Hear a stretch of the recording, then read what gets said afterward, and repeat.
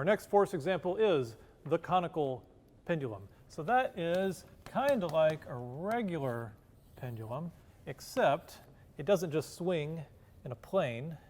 It actually goes around kind of in a circle, like that, where you have, just like a regular pendulum, you can think of a normal direction and an angle theta, but it's sweeping out a circle. We've looked at them before. We used our big conical pendulum here, hanging all the way from the ceiling with our bowling ball, and we use it to study two-dimensional motion. So if we start this sweeping out a circle, like a good conical pendulum should, it makes circular motion in a plane. But now, rather than just thinking about the plane, we can do all the vectors in all 3 dimensions and think about the motion that way. Okay? As we're going to confirm, I have to send it at just the right velocity to get a nice circle. There we go. That's a nice circular conical pendulum. Okay. So let's see, well, what do we always do in this situation? We apply Newton's second law of motion. So we draw a free body diagram here. Here's our mass. Oh my goodness. Here's our mass. We have mg down, and the tension force is the other force, tension from the string, and it's always along the direction of the string. So there's the tension vector, and if that's the vertical, it's also at theta.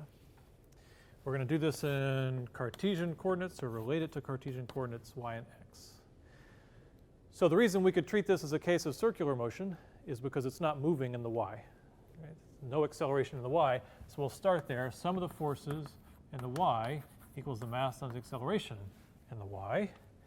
And in the upward y direction, we have the vertical component of the tension, and that's the cosine, right? So t cosine theta is the ty component, minus mg, pulling it straight down, minus mg, and that has to be equal to 0. So this little part is what lets you solve for the tension. The tension in the chord is mg over cosine theta. Looks good. Now we need to do the x. Okay, so for sum of the forces equals ma in the x, a in the x, and this is what I would call a radial snapshot.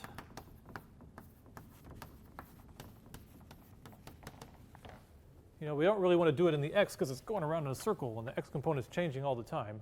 But at any position, we could lay it out like this and say this is a snapshot in time, and the x is sort of the same direction as the radial direction, because we're going to apply ideas from circular motion. Okay, so we'll just call it the x at this moment in time. And we'll say in this moment in time, the x and the radial direction are kind of the same, they're along the same axis. So we'll say the sum of the forces in the radial direction equals the mass times the acceleration in the radial direction for this snapshot. Right? So the force in the radial direction is the sine component of the tension, right? Tx. So it is t sine theta, and it's pointing in positive x, but it's pointing in a negative radial direction. So since we wrote it as radial, I'm going to write negative t sine theta. Why not? Right? What else do we have in the x direction in terms of forces? Nothing, right? That's the only one. The only one pulling it in, making it go in a circle, minus t sine theta, equals the mass. And now the radial acceleration. Well, we learned that that is v squared over r, because this is circular motion in that direction. So v squared over r, and it's actually also negative, right? Because the acceleration we said is centripetal. It points in v squared over r. Radial direction is positive out. So we could then say this is equal to negative v squared over r. Okay. And you could say, I don't like radial. I wanted to do x. Well, it'd be easy. T sine theta would be positive. V squared over r would be positive. I would get rid of these two negatives and make them positive, and then I did it in x. So it's really just arbitrary which one you call it. It doesn't matter. So now we have 2 equations, 2 unknowns. We don't know the tension, and we don't know the velocity. So let's substitute this tension into this equation. Let's make them both positive. And mg over cosine theta, mg over cosine theta times sine theta equals mv squared over r. Remember, r is the radius of the circle, the circular motion. And let's see, the m's cancel like that. One of the, oops, no, none of the v's cancel, sorry. The m's cancel, that's all. Yeah, so then we keep going and we say this is g, sine over cosine is tangent. G tangent theta equals v squared over r. Right. And then I realized we never asked a question. We just started going crazy, right? So what we really wanted to think about is the relationship between how fast it's going and how big the angle is. That's kind of what we're looking for here. So we can see that here, we can solve this, and we find that v is equal to the square root of gr tangent theta.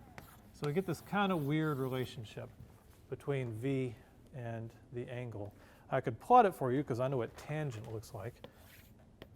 Basically, if this is theta, and if you think about it, it can't really go beyond 90 degrees. You know, 0 is hanging straight down. 90 is like the thing going around really hard. So let's plot it to 90 degrees, 0 degrees. V, tangent goes to infinity at 90 degrees. So it looks something like this. Tangent does that famously. I'm taking the square root of a tangent, so some sort of distorted tangent like that. Oh, wait a minute. No, sorry. It doesn't do that. Kind of like that. Take a square root. It's supposed to come straight through here. Anyway, tangent, look it up. Okay. But the point is, as we go to larger and larger angle, we have to go faster and faster. And that actually matches what we observe with the conical pendulum.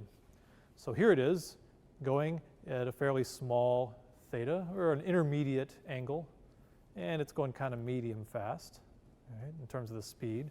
I could go to a very small angle, and then it's kind of barely moving, really slow, like that. Or I could go to a really large angle, and to achieve the circular motion of the conical pendulum, I have to go really fast. So when we described this before, for circular motion, we said it always has the same period as it goes around. And it does. We didn't prove that here. We just derived the relationship between the angle and v. So you can imagine v can't get too, or the angle can't get too high. If we got to a really big angle, it would be flying around and it would pull the roof down. We don't want to do that. But the basic relationship there, we did confirm. Okay, for overhill, we have to think back to the 70s and all those cool car movies and TV shows, you know, like The French Connection and Adam 12 and Bullet. And, you know, they would always like drive real fast downtown and then fly over the hill. So the question this time is, how fast and stay on the road? So here's your hill, usually the streets of San Francisco because they have the best hills.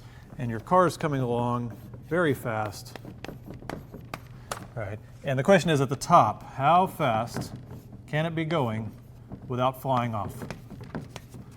Car, mass, etc. That's what we want to know. So it's very similar to the last problem, but just it's the opposite. We want to stay on the track. We don't want to fly off too high. Okay, and again, we're going to have downward be the positive direction just to make it work out, make it pretty. Let's see, it's a physics problem. We're going to do a free body diagram. Here we go. So mg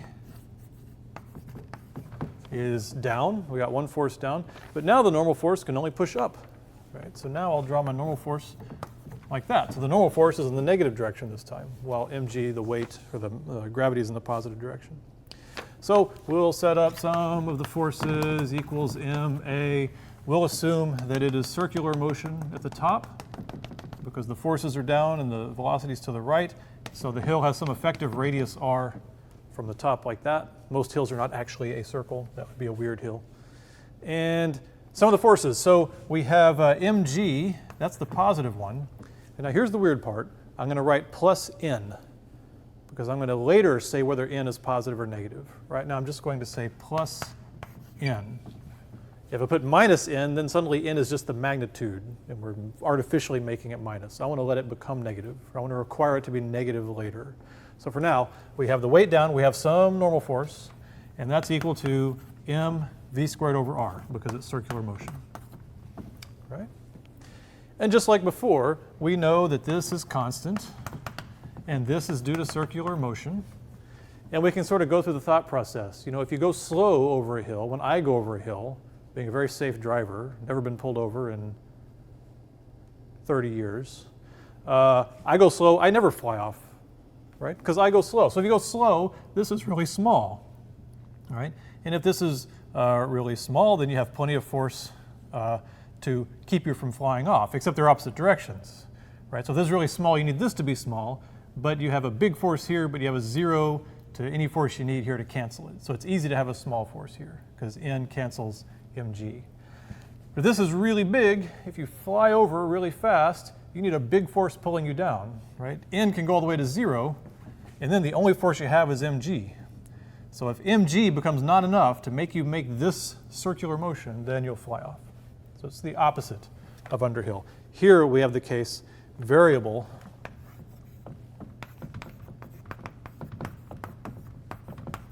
but this is the big part, only negative in this case. It can only be negative. All right. So the maybe intuitive way to solve this is to say, well, it's just the case where n equals 0, and you solve it and you're correct. But again, let's do it a little bit mathematically. If you like it intuitively, then you're done. We'll see you in the next video. But if you want to see it mathematically, here we go. We're going to solve for n, and this comes over here, and it looks very similar to last time. You get that n is m times v squared over r minus g, like that. Right, that all looks right. But we're going to say, but this time n has to be less than or equal to 0. Right? The normal force has to be negative. The normal force can only push up in the negative direction. It could not push up at all. It can be 0, or it can push up, but the normal force can never pull it down in this case. So if the normal force has to be less than or equal to 0, then this term has to be less than or equal to 0. M times v squared over r minus g must be less than or equal to 0, so the mass goes away, this goes over there, and you find that v, once I take the square root, and don't panic about the square root, must be not equal to, must be less than or equal to the square root of gr. Okay. So 1, that makes sense. The velocity has to be slow, so you don't fly off the hill. You go too fast, you go greater than gr, then you'll fly off the hill, square root of gr. And you'll notice that it's the same answer as overhill. Overhill and underhill, they're both the square root of g times r, because they're both this critical point where the normal force equals 0. They're basically both where you're simply equating mg equal to mv squared over r. But you got to think about the nature of the normal force to really see it physically and mathematically.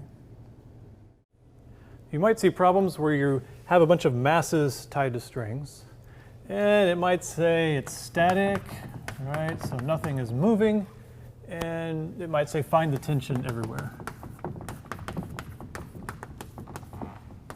Everywhere. All right, so let's think. Tension is a property of a string.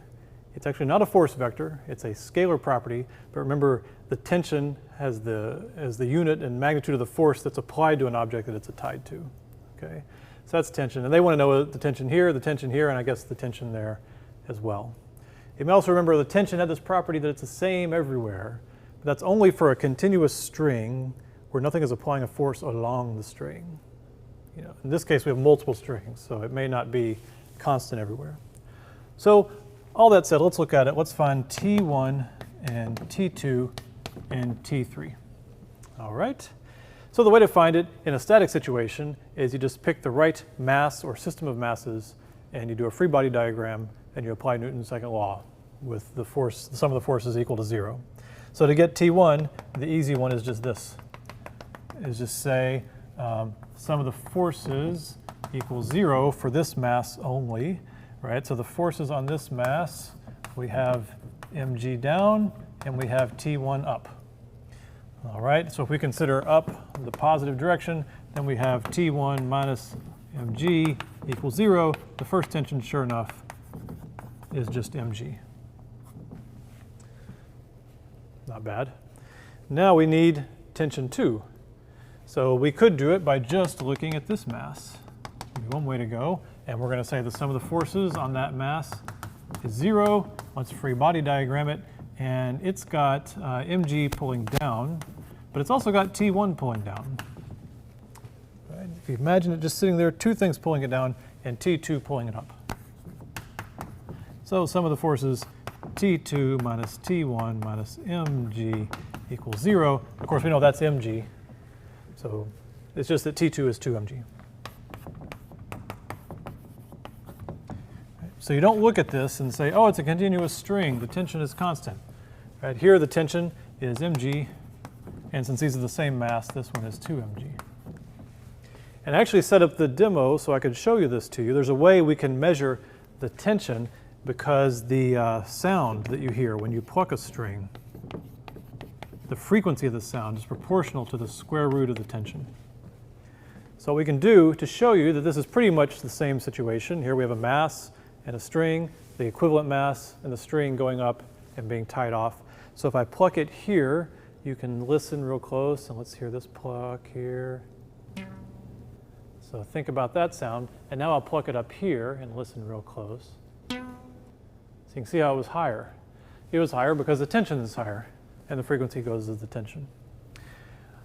T3 you could try to solve. Really, then you can apply the rules for strings because a pulley does not apply any force along the length of the string. Right? It applies a normal force so that the string doesn't fall. It holds the string up, but along the string direction it applies no force. So you can just say the tension is constant around the pulley. So then you can say T3 equals T2 in this case. Now that's not always going to be true. This is for an ideal massless, frictionless pulley, which really doesn't exist. If you consider the rotation of the pulley, something like that, if you have a dynamic situation, you can have the tension change across the pulley. But in this case, it's the same thing. So T3 is T through 2 is 2mg. And we could even check it. I could reach up here. We have a small region of T3 up here. Oh, that was way too high. Oh, what's going on? What's going on is the length is shorter. In addition to the square root of t, it goes as 1 over the L, 1 over the length. So I set these lengths about the same, but that length is so short, it takes the frequency way up. So we can't really rely on that. The tension here and here are actually constant, or equal.